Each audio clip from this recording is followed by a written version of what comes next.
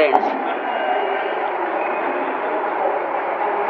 Mr. Mahale has made the suggestion that you may raise questions, not because he is confident that I will be able to answer the questions, but because we believe in discussion.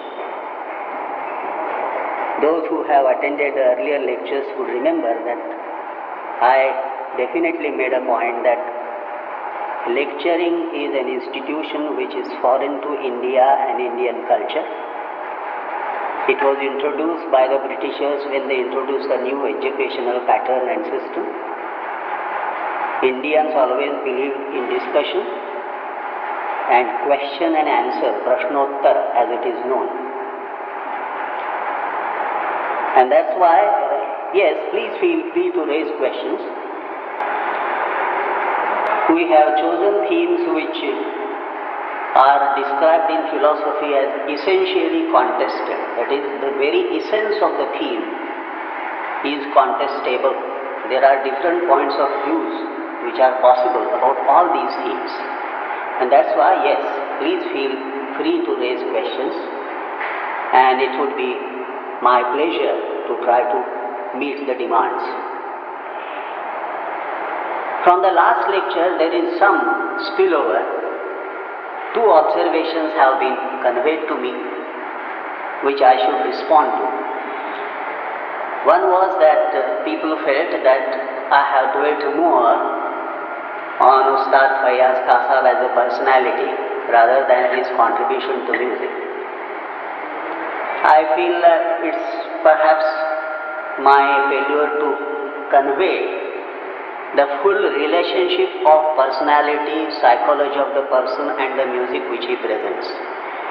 In fact, the very moment I said that he was an extrovert, and then I went on to relate features of his music making to psychological traits of an extrovert. As personality is the source of music making, I was trying to suggest that each person, irrespective of his gharana, has to be studied as a person. And you can have different personalities in the same gharana contributing differently because all of them are persons. And that's very, very important to know the psychological makeup of an artist so that his contribution can be assessed, examined and judged. Secondly, I did not talk about his disciples, not because that's not a way a guru should contribute, but because shishyas are there because they are there. In the sense, gurus have disciples because disciples themselves have contributed a lot. So in a way, to discuss his disciples or his contribution of making disciples would also invite comments on the disciples themselves. And that was outside my brief. I wanted to concentrate on Ustad Fayaz Kasab, and that's why I did not touch that aspect at all. Now today's theme. Today I have many examples to play, so now I am going to follow a different kind of method. The method would be that I really make a very brief statement or a proposition or a remark or an observation about what I am going to play and immediately play it.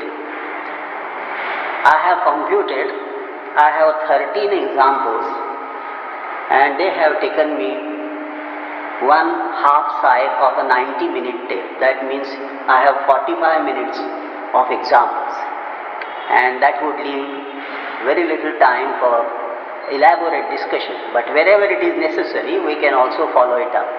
And as I said, now I am playing illustrations and discussion can take place even on that illustration and the point that I am making, because I have tried to see that each illustration makes a point in my presentation. Now the first point I would like to remember is that raga is not the only music in the world. That's number one. Secondly, devotion is not the only way of looking at God. I am making a statement that today's theme is a spillover from a larger theme which I had discussed some time back, which is religion and music. Now raga is a part of music, devotion is a part of religion. So we have come down a level. At the same time, devotion is not specific to India, while raga is specific to India. At the same time, tonal formulations like raga are not unique to India. And if you know your history, melodic music, the melodic arc which starts from Middle East, which for us is Middle West as you know, it starts and continues till Southeast Asia, and all these melodic cultures have evolved formulae of organizing their tonal material, and one of them is raga. So that raga is specifically Indian, but raga is not the only way of organizing tonal material, number one. Devotion is not specific to India, because religion is not specific to India. There are so many cultures, and that's why so many ways of looking at it. So I am trying to lay down a map on which we have to examine the theme which is specific to India. Now the first example.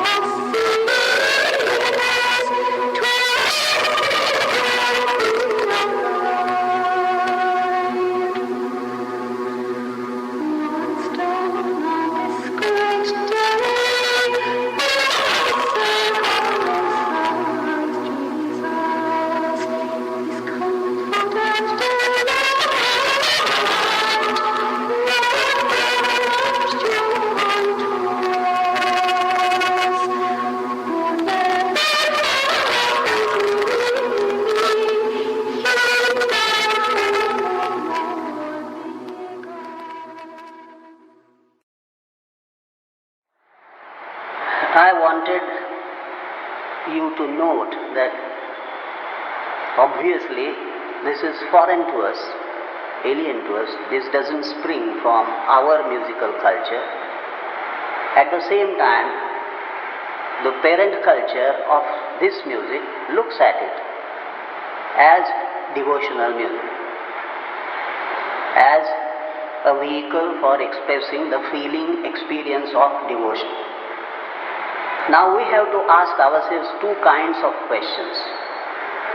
If devotion is not unique to India, and if devotion is found in other regions, other religions, and they have devotional music, then are there any commonalities between devotional musics of other cultures and Indian music? Only that would take us to the fundamental nature of devotion. Otherwise, we will be talking about narrower circles, narrower versions of the basic experience of devotion. And that's why I have begun from a larger arc. The easiest way, of course, is to try to note, tick on elements which we are able to note. For example, you will say that there are no instruments, all these are voices, female voices, male voices, choral. There is a drone provided, and then you go on to whether they have used any language. Yes, even if we don't understand, one gets a feeling that they are using language, and that's important to note. One can also see that the way voice is produced is something very specific. One knows that it has a tender quality. One also knows that the delivery itself is not mechanical. If I ask you questions about each of these illustrations, you will have comments to make of this kind. Because this is what is conveyed to us cross-culturally. Without my knowing the culture, some things will come to me. And that is very important to note. As I said, we are progressively narrowing down the circle of our inquiry, but we have to start from a very large perspective, because devotion, as I said, is not unique to India. It's a human phenomenon. And music is also a human phenomenon. So both of them start at a very large perspective. Now, next example.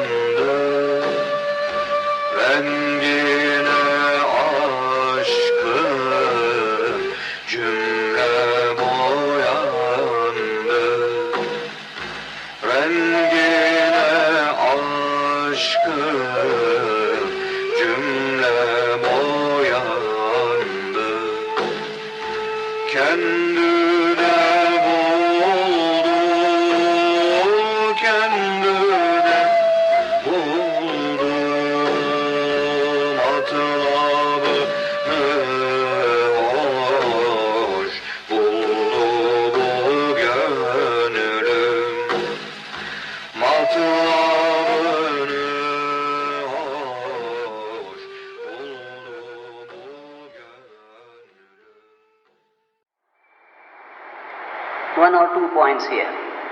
As we go on, we will notice that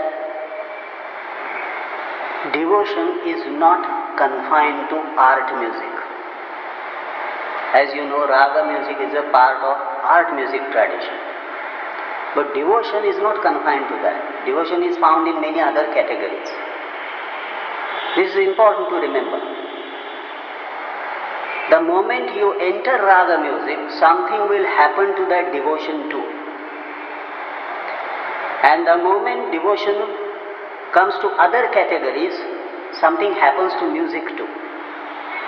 For example, you would have noticed in these two examples, and as you will perhaps notice later on too, this kind of music tends to be repetitive. Tonal phrases, nucleus, groups, rhythms, configurations, patterns, whatever you call them, they are repeated. And as somebody said, no culture makes random choices. Every culture decides what kind of music it would have for a particular function. Now to have devotion and repetitive music is something which you have to think about. And then perhaps the basic reason for this is in the nature of devotion itself, bhakti itself.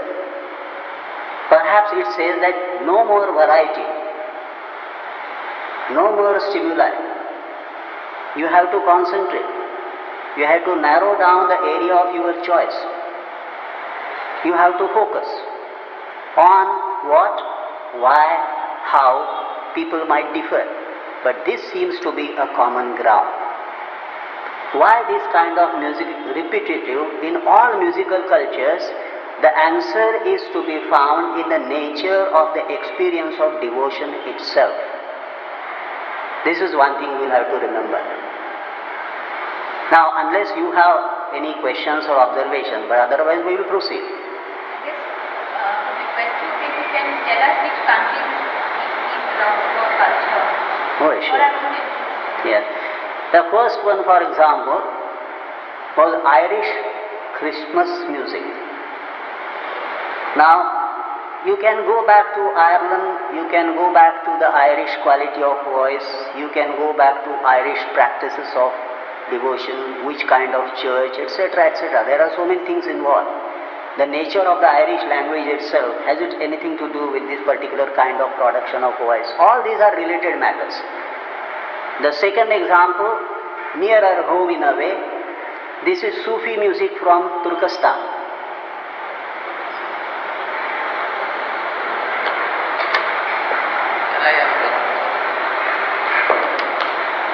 When you are relating to devotion, you are relating to the tonal materials organization in the manner in which it is to indicate bhakti or whatever. You will not relate devotion to the tone itself. We will later on, yes, sure. In fact, you know, the first example I said, the kind of tender quality of voice production. Now that is very peculiar. It will not be found in every kind of music. And that would be, there should be some reason for that. At the same time, I am not making any equations just now because there is a lot of ground to be covered. But yes, all these things will have to be related. And perhaps later on we will understand that there are no universal laws of music making. And then perhaps we will understand that, well, there is variety of criteria. And to appreciate music cross-culturally, you will have to acquire certain skills. But that's later.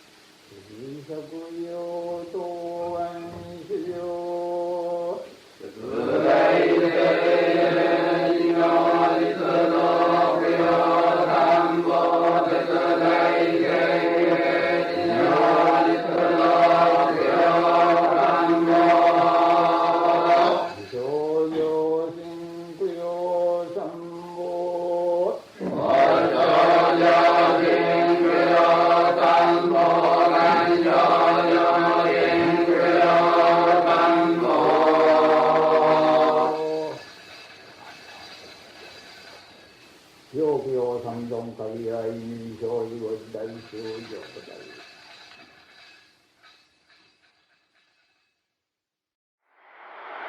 This presented another kind of problems for us. We did not understand the language. But what kind of instruments? Bells. Why bells? There was some kind of drumming also involved. But it seemed an isolated instance, there was no strict rhythm for that, but it was introduced very specifically. And the whole thing was very well worked out. There was of course a choral expression to it, followed by some kind of solo expression. And if you examine the tonal relationships, they were 1 to 5th, Shadja Pancham was obvious. And at the same time, the melodic line did not fit. They were related in a very different manner than what we are associated with. Now this was Japanese Buddhist chanting. Now you will realize that I am talking of, as I said, a melodic art. I am also talking of India-related themes. As we very well know, Buddhism traveled and Buddhism changed itself, it was transformed. All this time music was associated with it. And all these cultures place some value over this. Now our question would be, what kind of relationship exists between the feeling, the experience of devotion and the music which is associated with it. Only then when we come to raga, we will be able to understand the intricacies of it and what specific statement we are making through that kind of association.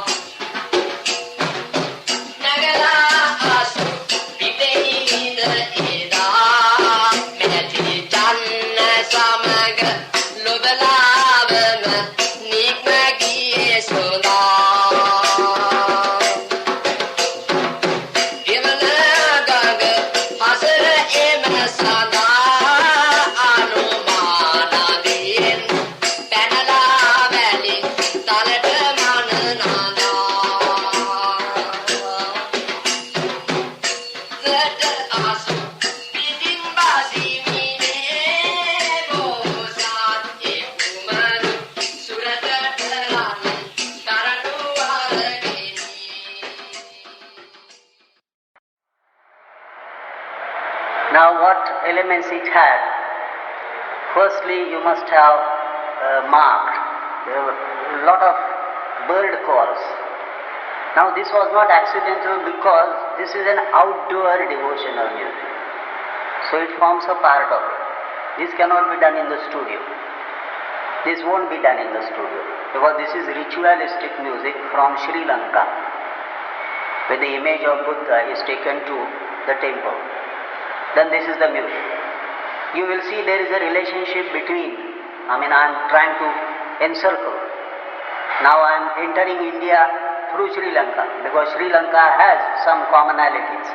And you will see that apart from Buddhism, things which seem familiar is a kind of melodic line. Also perhaps linguistically, the meter itself, one can go deeper, but meters are very important. Every region has a literature, every literature has a particular prosody, Padya Shastra. Every prosody has its own functions. And that's why even in India you will find today that what are the popular meters of every region. Popular means native, very important.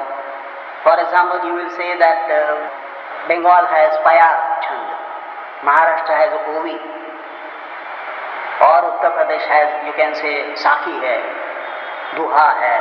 Now all these are native meters. And devotional music, as it is now I am trying to map before you, prefers certain meters. Why is a question which will be taken up later on. But devotional music has very particular choices to make. For example, the choral music that comes across here, obviously you don't need trained people to do that, but you need people to do that. There is a congregation, there is a whole body of people participating in that. It's not meant for one single individual gifted with special skills. It's not meant for him. If he does that, he will be thrown out. Because this particular kind of music making has a different function to carry out.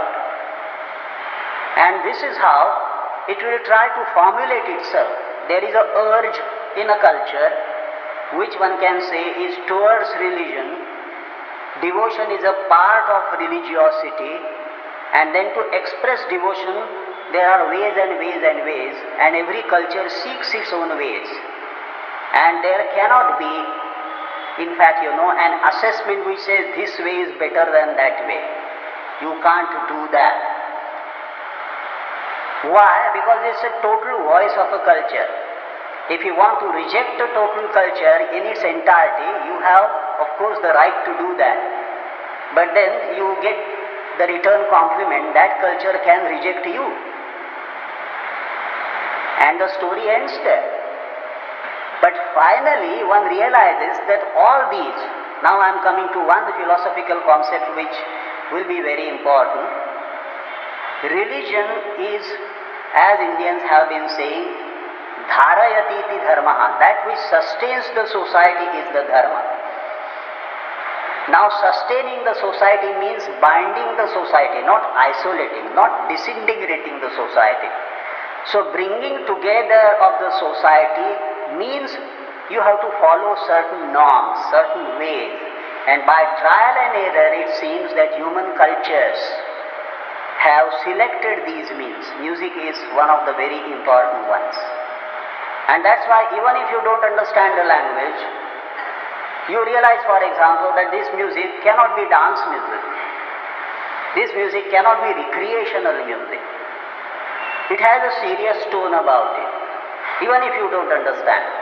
And this is how one realizes that it has a power of suggesting something. Another point I am making, which I hope is an important point, it does not tell you anything specific. It only suggests an aura of a possible experience. Bhakti does not mean it gives you equations. It creates a possibility of multiple impressions. That's why bhakti is all-encompassing.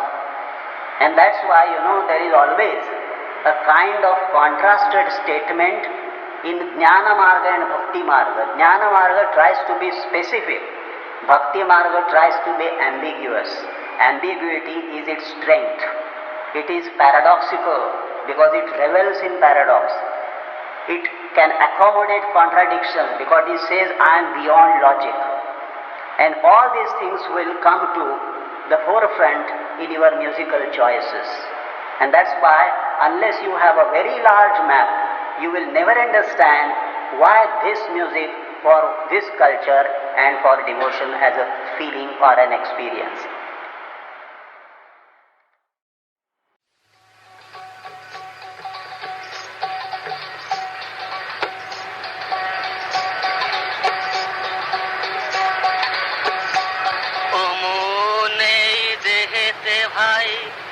বাড়ি আছে সেই বাড়িতে চোর ঢুকেছে এই দেহেতে ভাই বাড়ি আছে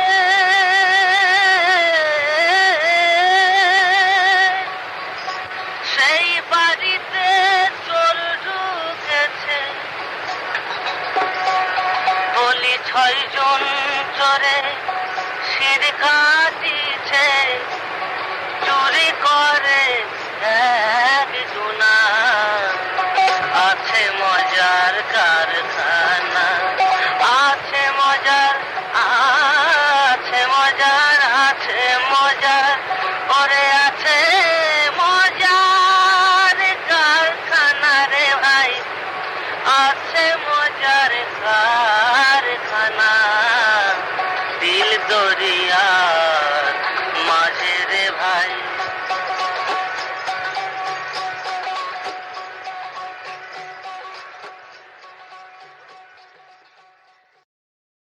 Now, one or two points more. Most of devotional music does not require audiences. In fact, it does not care about audiences. That music is made by the singer for himself. And that's why even if you are singing outdoors, even if there are a lot of other noises coming along, even if nobody is able to listen to you, it does not matter. Because it's self-fulfilling. In a way, it is self-sufficient too. And mind you, once again you have to revert back to the nature of devotional experience. Don't you feel that devotion in its ultimate meaning has to be self-sufficient? Devotion really means that you don't bother about anybody. You don't need anybody. You are complete in yourself. And that's why you try to be self-sufficient.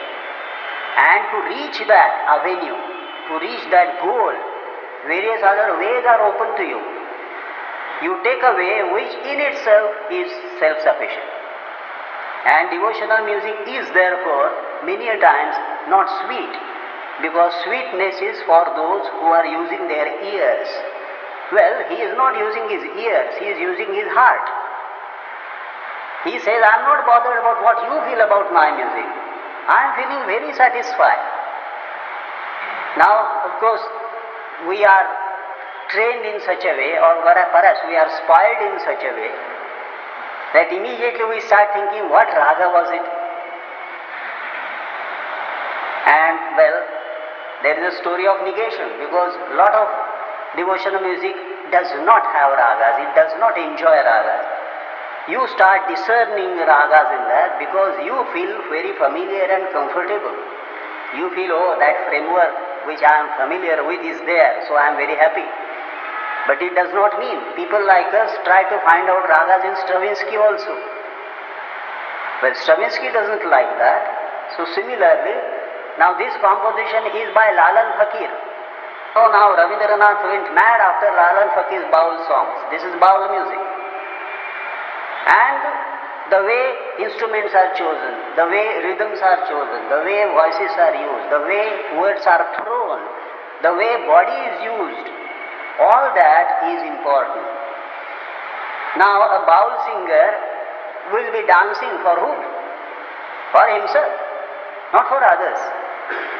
And perhaps he will also scoff at your suggestion that he is dancing. He said, no, I am not dancing at all.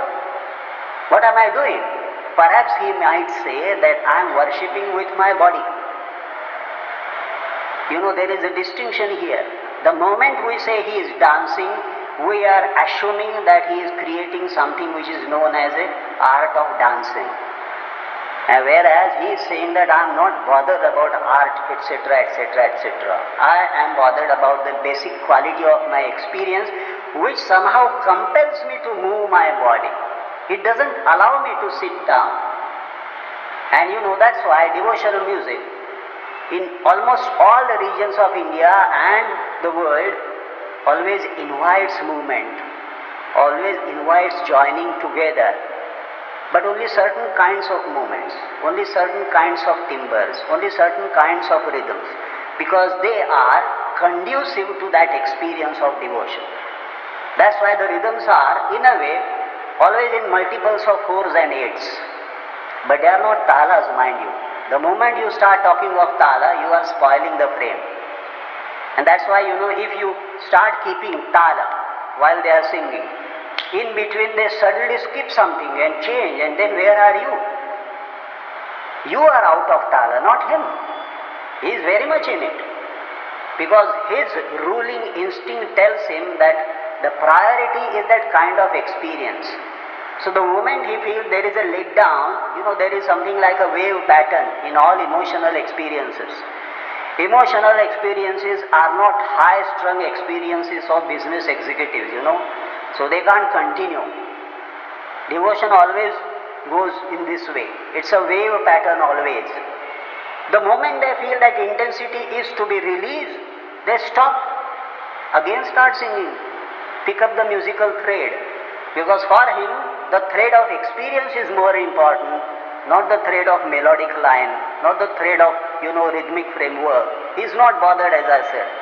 So, basic self-sufficiency, inward looking outlook, and trying to do what? I will perhaps come back to that later.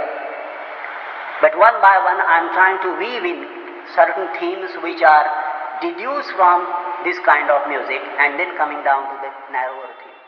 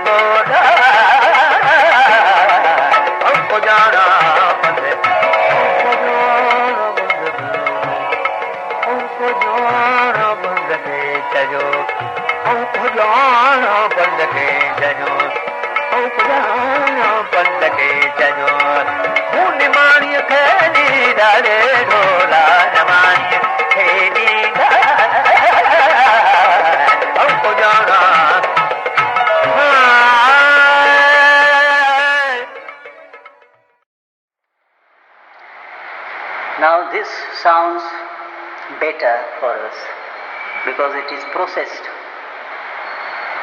But he is basically converting the same sanket, the same patterns which are in the original to make them more palatable to audiences like us. But this is Shah Latif Sufi music. Now you will see that again it has those points like hypnotic use of repetitive sound patterns. Then rhythms are very simple in the sense that even if you lose one point here, no problem, the next is coming very soon. It will be very difficult to go wrong in these rhythms. So that's why, it's for everybody. You can keep this rhythm. You don't have to enroll yourself in any class to learn these rhythms. And that's one very important characteristic of devotional music, that it does not require a training, it requires an aptitude and a desire. That's all. And the self-sufficiency is reflected in the choices which the music has made.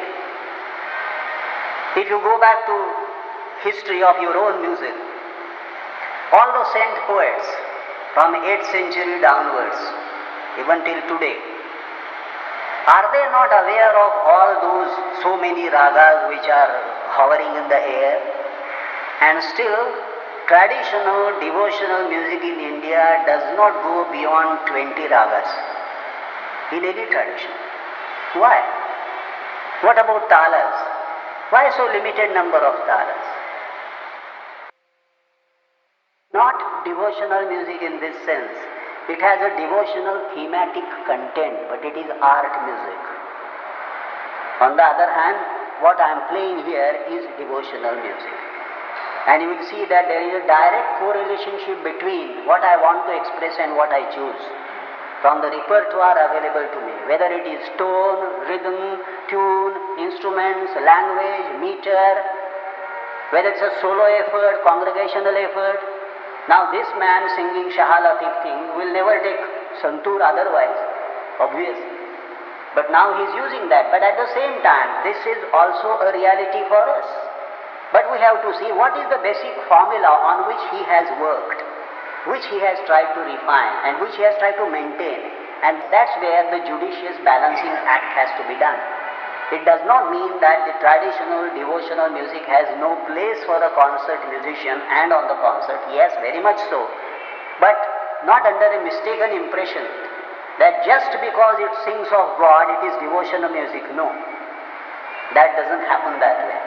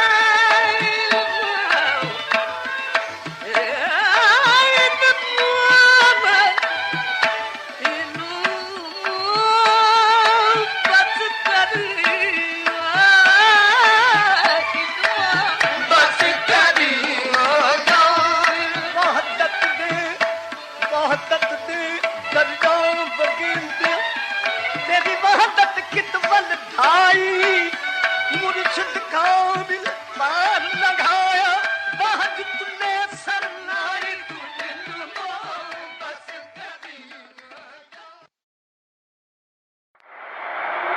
Now this is a Ghosh Qawwali and Mubarak Khan and Fateh Ali from Pakistan. You will see again that this has a familiarity, starts as if he is expounding a kind of raga framework, then goes in. But in between there are places where it leaves that logic, which we are thinking is a raga logic. It's not a raga logic, obviously. So what is the logic? The logic is dictated by that form. And how is the form evolved? Because it responds to certain cultural needs. And what are those cultural needs? They are devotional, no doubt. That means they are not only musical. That also means that all the criteria which you usually use for music, music should be sweet, music should be pleasing, music should be aesthetically organized. All these will have to be re-examined. You will find places and places and places where you will say, oh, this voice production was very harsh. It will be used again and again. You will see that, oh, this idea was not good at all musically, but the idea will be repeated again and again and again by all of them, because it forms a part of a form. And why that form? Because it has certain function to fulfill, which is not a musical function, which is a cultural function. And unless we are able to understand the larger framework, we will do injustice to those singers and of course unnecessary overestimation of our abilities to judge music.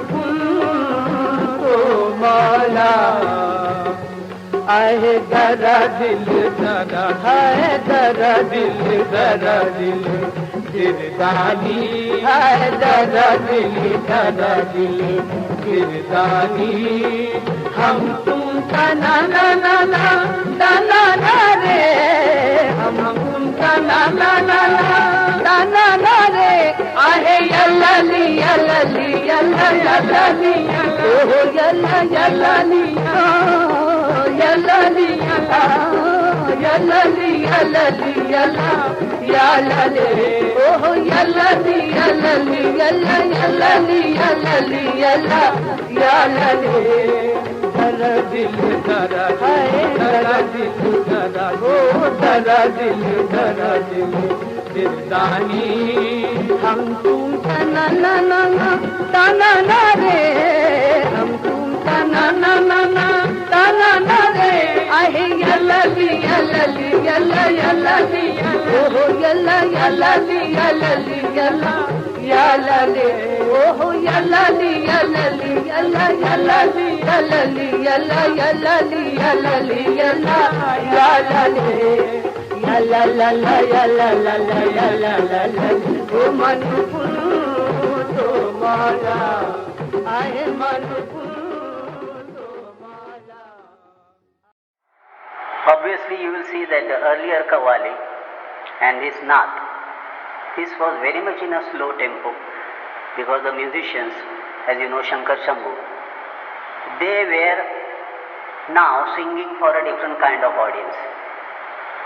And you know, I had the fortune of discussing things with them. Once they told me that जो हम घर में गाएंगे वो बाहर नहीं गाएंगे, जो बाहर गाते वो घर गाने जैसा नहीं होता है, और घर में जो गाया जाता है वो बाहर गाने जैसा भी नहीं हो सकता. All these now paradoxical sounding statements are statements of truth, because on a public platform you are presenting a public face of a private self, and in devotional music they have to carry out this balancing act. As you know, Qawwali is supposed to be a direct answer to the bhajan tradition, and both these traditions evolved together. Nobody took anything from them, or perhaps both of them assimilated from each other.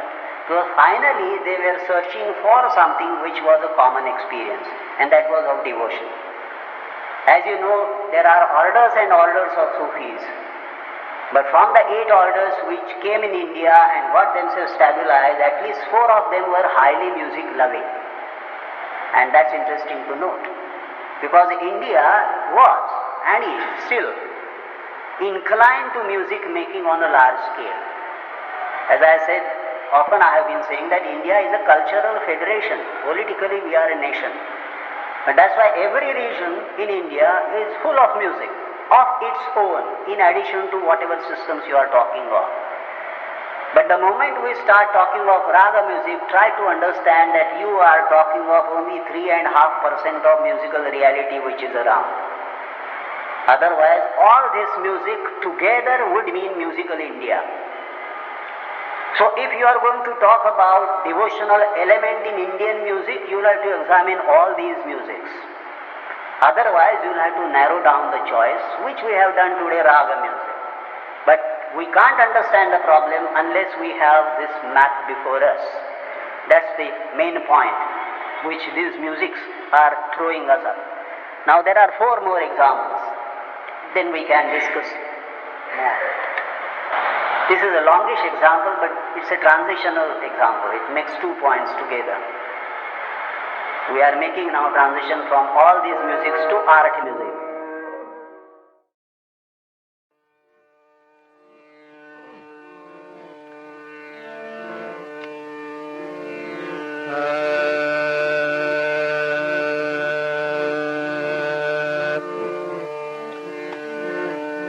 Thank you.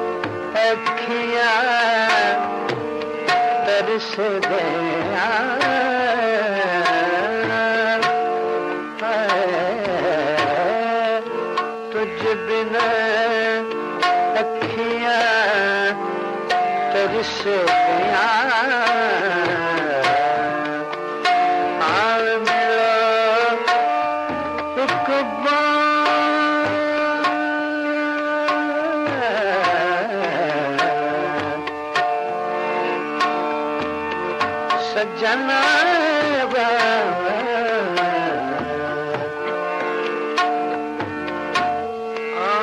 मिला एक बार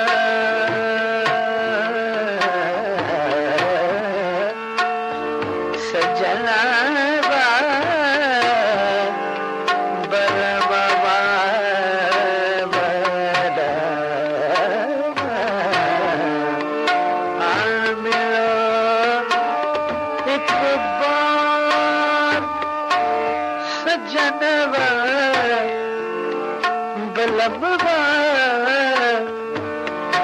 सजना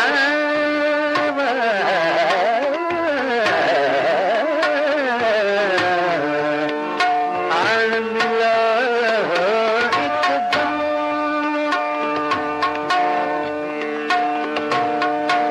एक बार सजनवा बलबवा सजनवा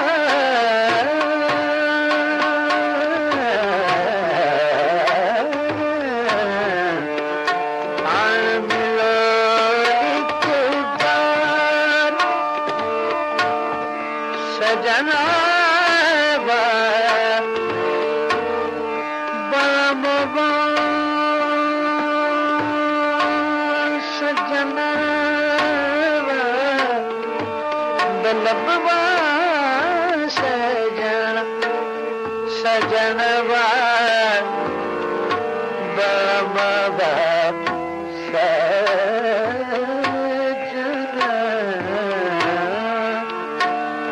बलमा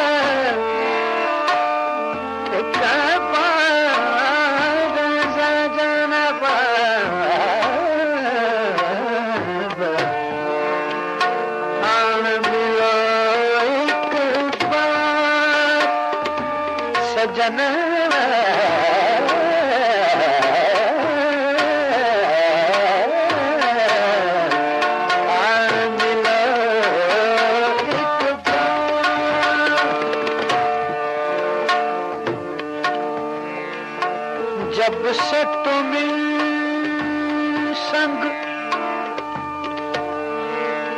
प्रीत लगाई, जब से तुम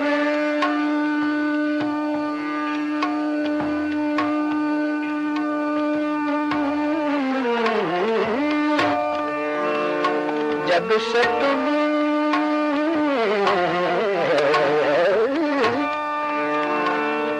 जब से तुम्हें संग प्रीत लगाई,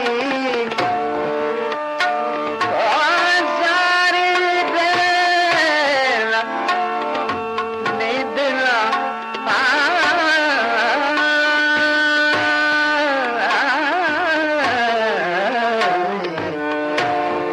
सारी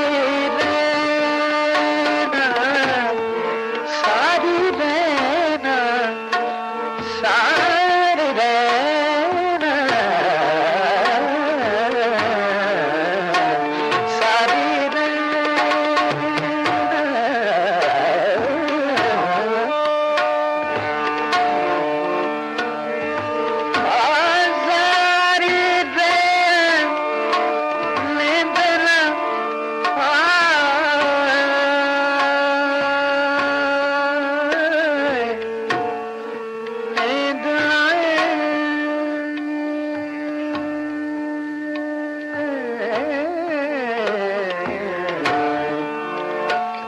प्यारी रे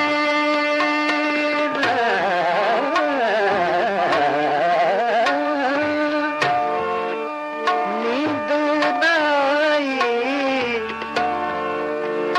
आजा दिल बेकरार सजनवा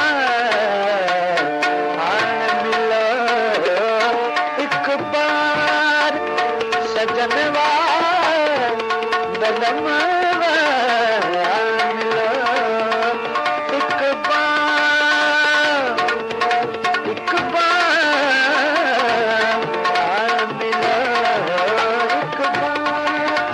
सजनवा बलमवा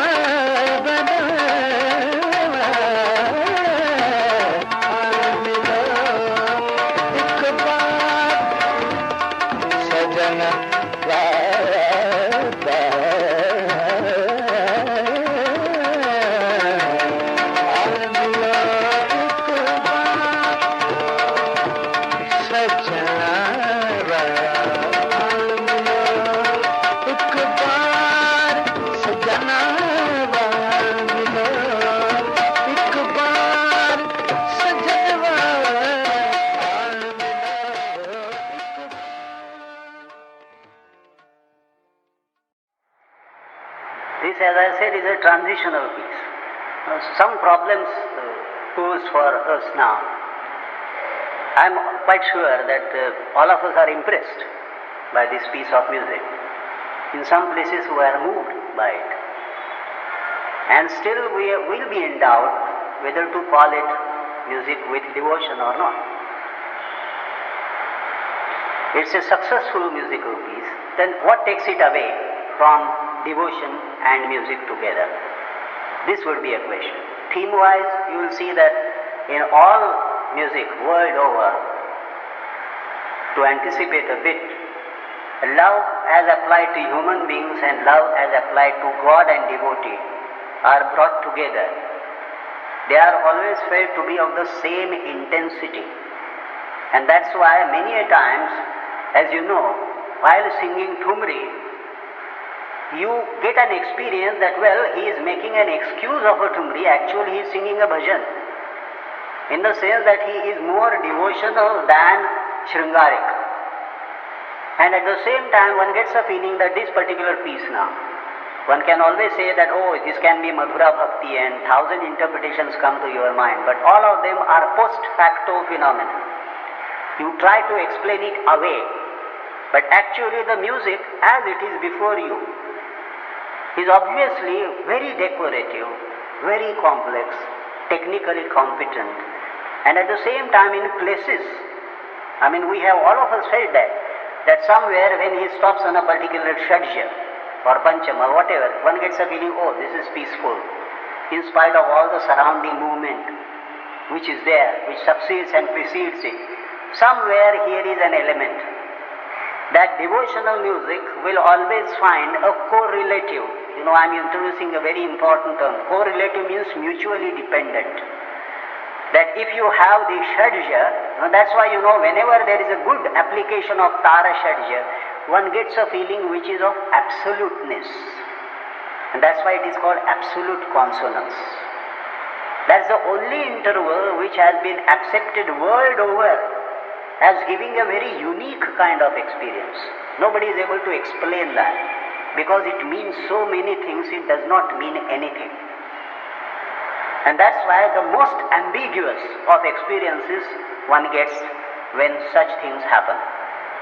And that's the greatness of that music, that it poses problems, it doesn't give you an answer. And many a times now one has to realize that devotional music and devotion in music are two different things. You can be least musical and full of devotion, which is possible, and you can be fully devotional and most unmusical. And still both of these stands, both of these positions have their own legitimacy. And when you try to bring devotion and raga together, now you know what a complex operation you are bringing in. Because raga definitely has to be music all the time. It is such a highly sophisticated process concept that you can't say that we are full of devotion, so goodbye to raga. Then people would say, don't sing raga, sing only devotional music. But the moment you start singing a raga or playing a raga, or you are suggesting norms of aesthetics, norms of art music, which are very limited and very definite in a way compared to what happens in case of devotional experience or love experience for that matter. It's not a coincidence that all over the world religious music, when it reaches the level of mysticism, always starts talking in terms of love. Because that's one thing which people are able to understand, at least it gives you a feeling that you understand it. And that for many of us it's enough, that you get a delusion that one understands it. But this music then poses a problem. It is highly decorative, highly successful, it's highly complex. And it is naturally not natural music, it is man-made. It requires tremendous efforts. Most of us are musicians here. We know how difficult it would be to sing that way. So are you appreciating the technical feats that he has achieved? Yes, in a way, yes. He has done such a things which we never imagined. Won't be able to do it ourselves. And at the same time, there are places we feel, oh, this is wonderful, absolute. These are the places where you will see the joint between art music and the experience of devotion. But art music has to fulfill other obligations. Now there are 3 more examples which makes the point. As I said, this was a transitional example. Here you are now crossing over from devotional music as such to art music, in which devotion happens to be a main expressive channel. But does that mean that I am always going to sing about God or something when I want to make devotional music? No. Devotion in music would mean now all these things. That there is something ambiguous about it. There is a movement away. There is a self-sufficiency. There is an inward-looking thing. You are concentrating on yourself. You are concentrating on the music in your hand and not on anybody else. You are not doing nothing for anybody. All these would come in. And to what extent and how? Mind you, I am only choosing examples which I have come across and which are my personal preferences, but I am only suggesting guidelines. Enough choice around. Now what follows are pieces of art music in which I sense that parameters of devotional experience are present. I hope I have made myself clear.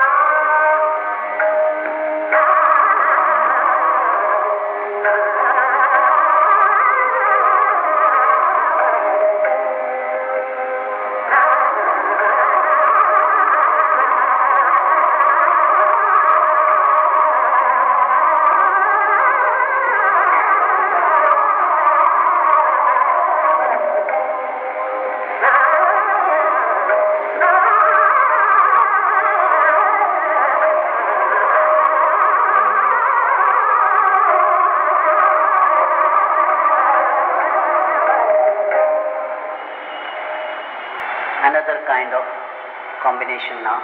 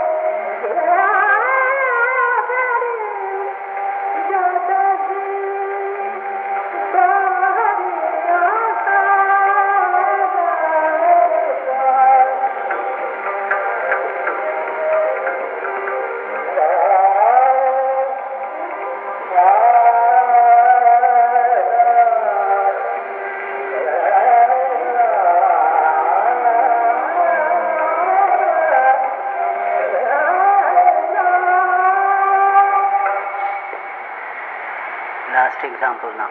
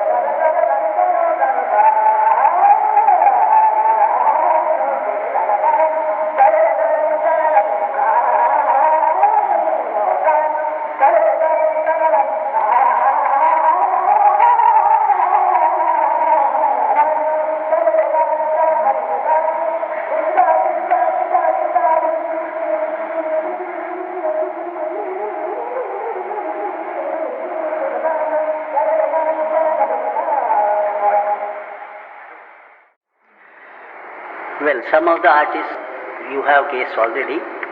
The transitional example which I played was by Pakistani singer Hussain Gul Bakhsh. Yes, the Thumri, Anamilo. Now, last tarana was by Ustad Nisar Hussain Khan Sahab. The point that I am making now, particularly about the art music examples, where does it have devotion? And I have enumerated or illustrated certain elements earlier, which you will find in those musical pieces too. At the same time, you will see that the demands of raga music, as I said earlier, will compel the singer to see that even the devotion, even the intensity is contained. It has to operate under instructions. From whom? From the singer and from the tradition which he is representing.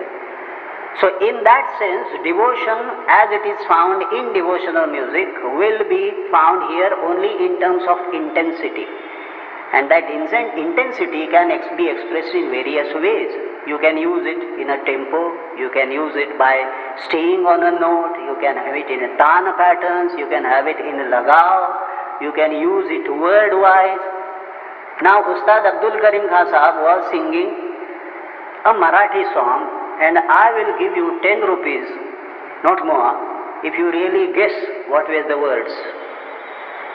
But it's not necessary, because the moment he starts singing, you are aware that this tone, this particular tone, this timbre, this tonal quality is evocative of a certain intensity, and that intensity, as I said, will always be either love sentiment or devotion.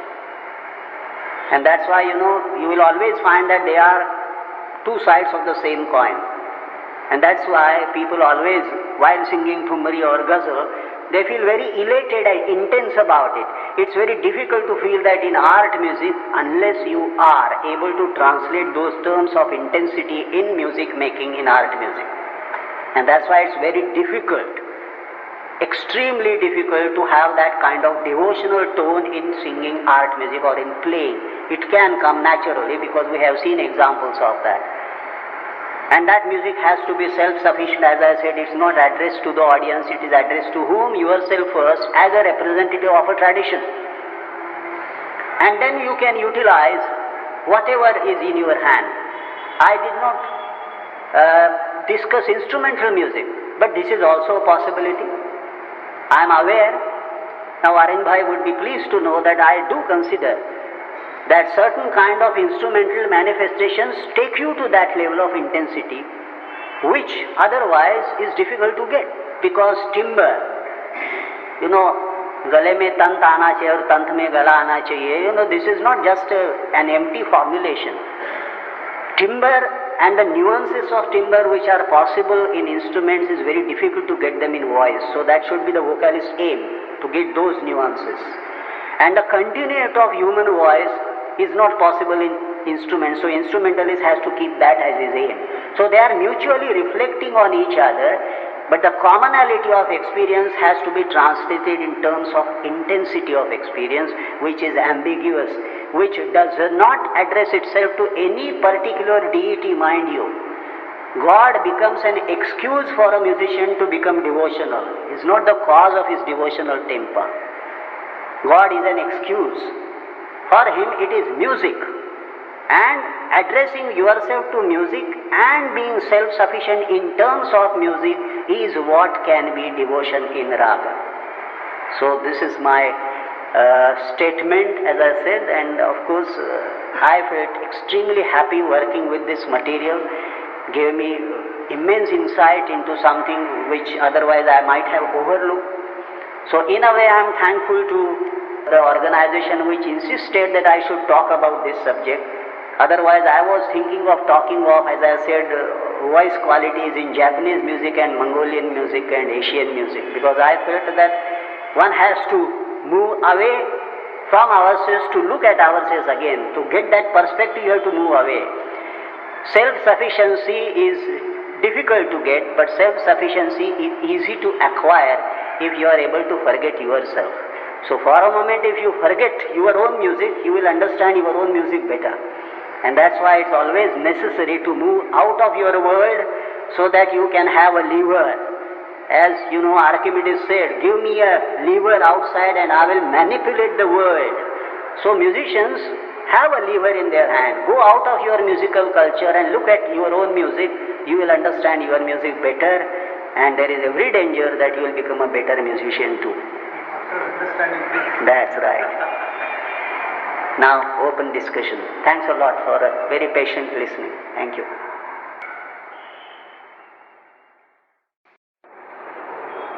Before I make my sort of comments plus questions, because this is discussion, I congratulate Dr. Ashok Da Ranade for giving such a beautiful demonstration.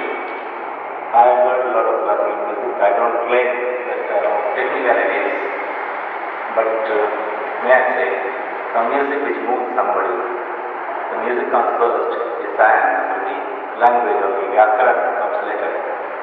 Well, firstly, Ranade you talked of patterns, rhythm, repetition when we started devotional music, and since we traveled from devotional to conventional artistic classical music, let's say classical, what do you want to say?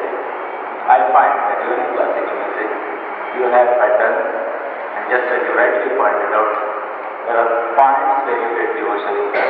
Similarly in classical, I find that there is a repetition, but when the artist goes away from this pattern, that's the point where you really get the delight. You get different, you get lost, you are totally lost, you are not more a listener, you become part of the music. That's one of my comments.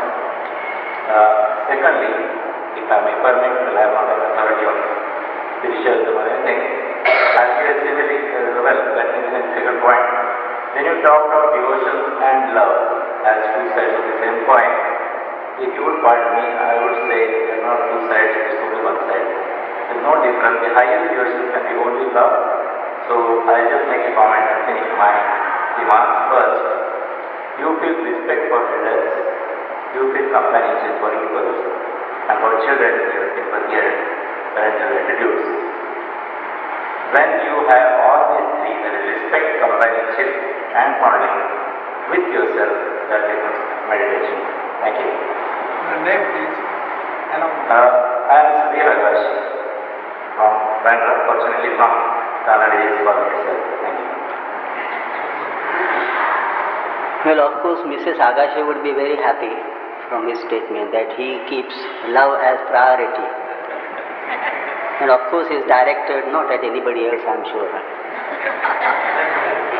But, we are using a very basic concept when we say that, say, attraction of two towards each other is a very abstract statement of that.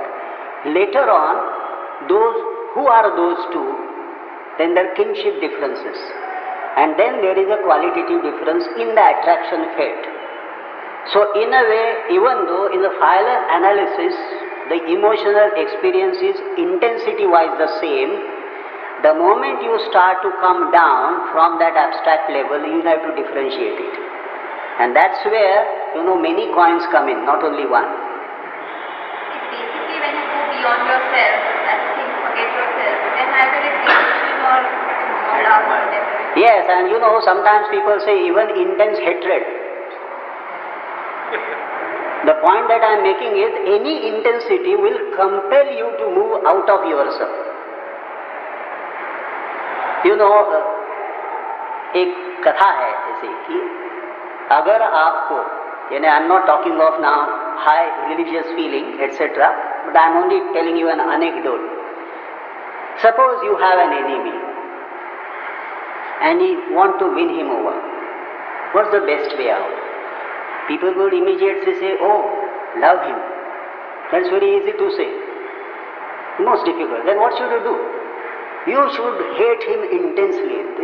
And hate him intensely means you will start thinking about him and him and him and him and him.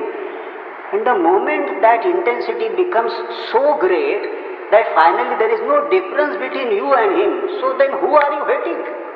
Yourself. So then mind you, all these are man ki baatein nahi. Many people have been experimenting with this, and there are technical terminologies, and I am avoiding that trap because I am not expert in all those matters. I am not expert anywhere, but somewhere I do feel that I can create an illusion or delusion of expertise. But there I can't. But I mind you, one thing I definitely know, as I said, what happens to your emotional experience when it becomes very intense, then the first thing that happens is that you and what you are feeling about, the difference disappears. And that's what devotion is. People have been talking about only this and this and this. And they are using different terms and different techniques. But ultimately, ये था ना, पहले तैत्तिरी में है मेरे ख्याल से, कहा था कि I am one, I want to be many, एको हम बहुश्याम. हम तो परफॉर्मिंग आर्ट वाले ठहरे, तो हमने कहा हाँ देखा, गॉड को भी नाटक करना था, इसलिए उसने कहा कि मैं एक हूँ, मुझे बहुत कुछ बनना है. सो I want to be many more roles. एको हम, I am one, बहुश्याम, I will be many. So why do you want to be many? Because you are tired of being one. But the moment you are many, what happens? The moment you are many, the reverse movement starts. You want to become one. And that's where, devotion comes in. That devotion first tells you that you are different. Then it tells you, you cannot be different. And you become one, etc., etc. But in musical terms, where does it come to? Repetition, yes. Because repetition means hypnotic movement. Repetition means doing away with variety of stimulus. That's why hypnotism uses repetitive movements, repetitive sounds. No variety, no change in stimulus. Same intensity, same level, and again and again and again, you become one. So repetition, pattern, all these are very broad terms. The moment it comes to, as I said, I always try to think of 5 categories of music, at least in Asia. Art music, popular music, religious music, folk music and primitive music. If one wants to talk about music in India, you have to refer to all these 5 categories. Otherwise you don't have a right to talk of Indian music. Then you talk of your gharana, your particular raga, or best probability is you talk of yourself. Somewhere one gets a feeling that you know yourself best, but actually that's also, as you know, an illusion. The most difficult thing to know is oneself. That's why you need people to tell you. Everybody has to say that you are nice. Then I feel I am nice. But if I really know I am nice, I don't need you. So that's the self-sufficiency which devotion brings in.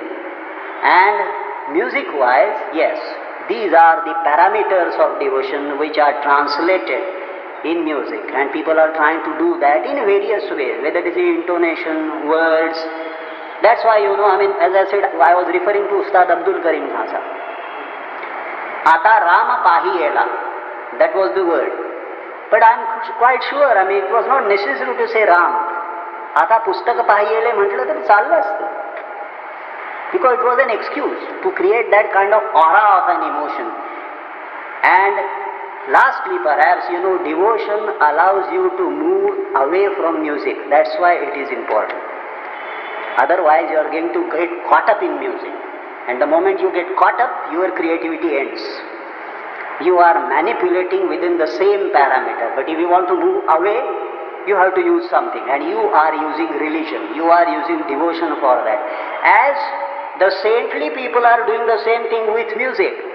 They want to move away from themselves. They use music.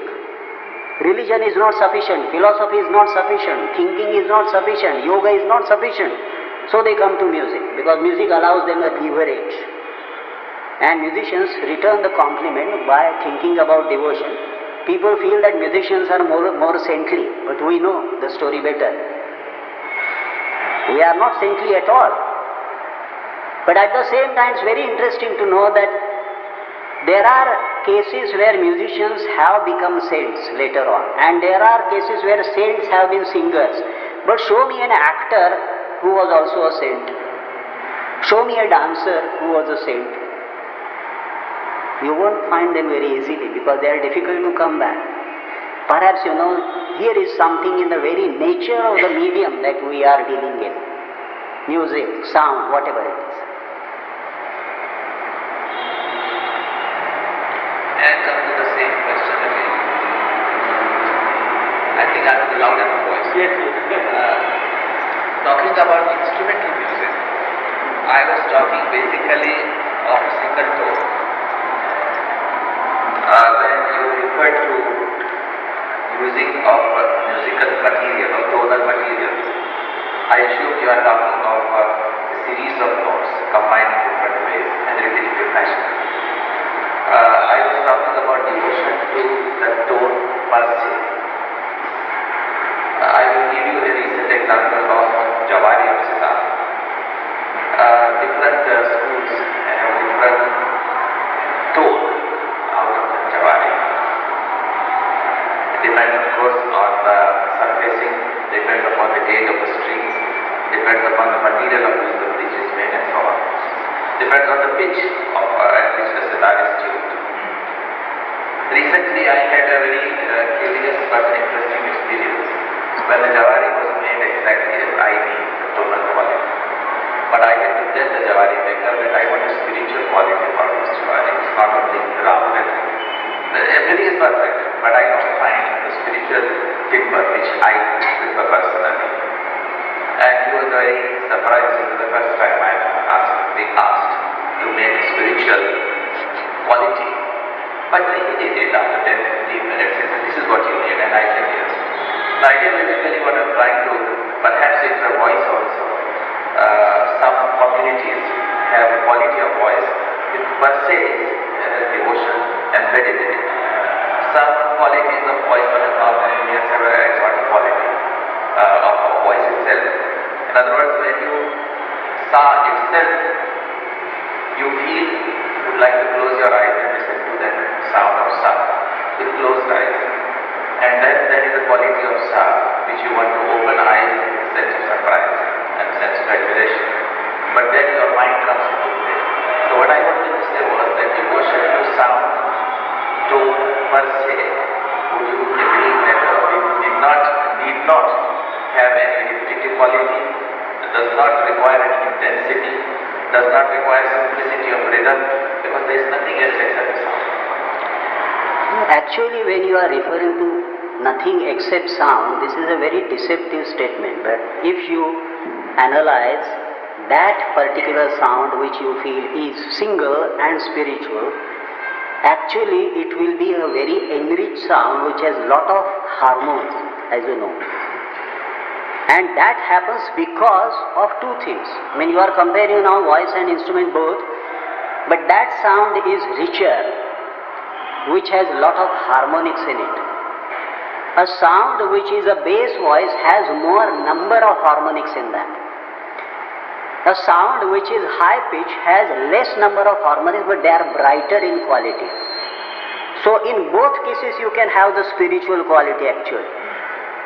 And then you are not listening to one sound. You are listening to a body of individual sounds which are together. That's what is happening. And in fact, as people have realized that no static sound gives you the satisfaction, no pure tone, as we always use the term pure, gives you satisfaction. Pure tone is the most sterile thing that can happen.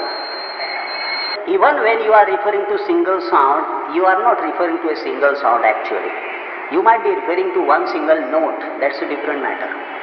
But the tone, immediately it's a body of impressions. Then coming to voice qualities.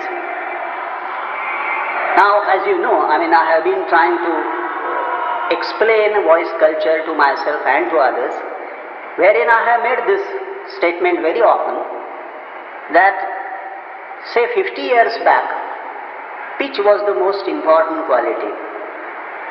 Volume was only second in importance, because you didn't have enclosed spaces, you didn't have microphones, so you needed to project your voice. The moment you start projecting your voice, you are losing in case of timbre. No nuances are possible when you are shouting. No nuances are possible when you are projecting the sound. The moment you had this and the enclosed spaces, now pitch is losing its ground, volume is losing its ground. It is the timbre which is becoming more and more important, because I can convey the timbre to you. Earlier I was aware of it, but I was not able to communicate that to you. And that's why, it's very easy now to sing in a low pitch and still sing musically very enriched quality. So now quality is coming to the forefront, and perhaps now one can say that a singer from Bengal can give you a different khayal, because he is adding a different timbre now, even though he is singing the same yaman and same khayal and same tal. Previously perhaps it was not possible, now it is possible. But now the responsibility is greater, because now you will have to believe in quality as the main parameter of your voice. And that would require change of attitude, because so far we have been after higher pitches, speed. These have been the two attractions for us. But now, no, it won't do. Flat voices, no. False voices, deliberately used, but not hollow voices. False is not hollow. It has to have a strength. Upper clean register, yes, but it has to be clean upper register. It can't be in between. Now all these things will matter more and more and more, and then, as you say, yes, perhaps we can't use that term without hesitation, but racial qualities of voice will come to the forefront. You will realize that yes, that's a better voice. But for what? For that kind of singing. Now there will be a cessation of same music for everybody. Now I will say I want music for myself. So I am going to select, which of course we do to a certain extent. Even if we have learned so many ragas, you don't sing all the ragas. You sing ragas which suit you. But then you are not satisfied now with only ragas. You will start having more and more different kinds of music for yourself. If you have your own voice, and if you are not imitating anybody, especially our own gurus. And now gurus are also now, as I said, in a transitional period. Now gurus will have to decide what to teach and how to teach. And shishyas will have to take a decision what to learn and why to learn. Both ways now responsibility is greater. It was easier earlier when people would say, 200 raag seekh dalo, to ho gaya, gavaya ban gaya. Now it's not possible. So I think yes, times are changing fast. As far as timbre is concerned, this is the most important dimension of music making henceforth. And more variety of voices will come in.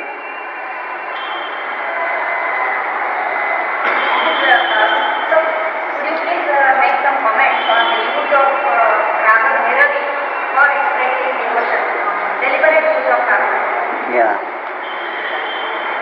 This is a cultural association in a way, because unless you carry out an empirical study and say that Bhairavi, number of notes and configuration of notes is used everywhere for that. You won't be able to make any universal statement. But you can definitely say that in Hindustani music, for example, it will be difficult to think of a situation where Bhairavi is used for martial music. 26th January, we have a whole Sanchalan going on. Think of Bhairavi for that. Or think of 100 sitars and sarangis accompanying instead of brass band.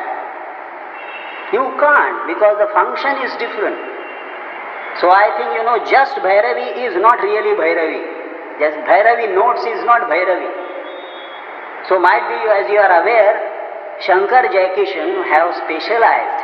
They had specialized in using Bhairavi for every kind of music making. Now they have evocative love songs, they have jhagda songs, as you know, duets, they have toli nrutyas, gang dances. Bhairavi, nucleus of notes used for that, but you never call it Bhairavi. Later on you start analyzing, it must be Bhairavi. But so notes Bhairavi do not make Bhairavi. If we accept that statement, then of course it becomes a more complex picture.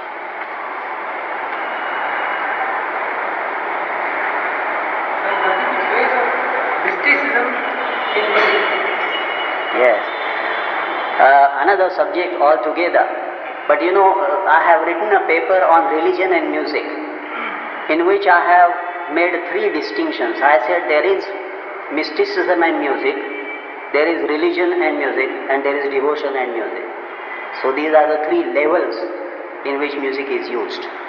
And all the time music will aim to be different, because all these are, in spite of overlaps, they are distinct and different.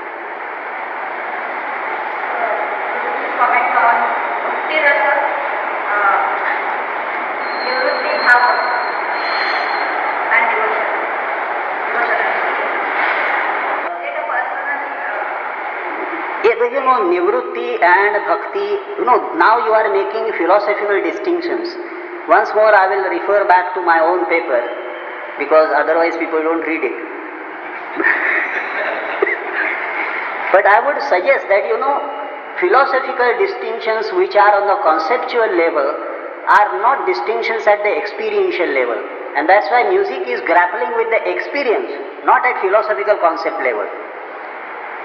And that's why for me Bhakti Ras, Nivrutti, Pravrutti doesn't matter. For me intensity matters. And that intensity will not be different if I am, for example, a Pravrutti Margi, and different if I am a Nivrutti Margi. It won't be different there. The intensity would be of the same kind, because the emotional experience is ambiguous enough. What you are suggesting is a conceptual differentiation which doesn't operate because we want to be ambiguous.